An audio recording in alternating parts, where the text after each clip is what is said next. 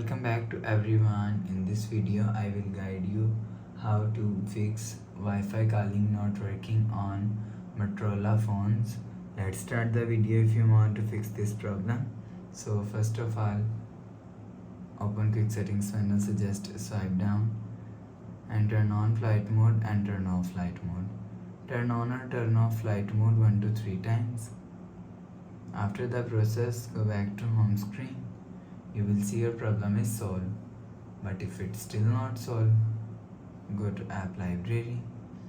Here click on settings app. Now in setting, scroll down to and click on system and update. You will check your software update is latest. If it not latest, update your software latest. After update software latest, go back to home screen. You will see your problem is solved. But if it's still not solved, so restart phone, just click and hold side power button and volume up button at the time. Click on this restart icon. Again tap on this restart icon, you will see phone is restart.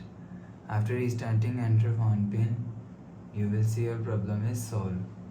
But if it's still not solved, go to app library. Here click on settings app. Now in setting, scroll down to and click on system and click on reset option. Click on factory reset.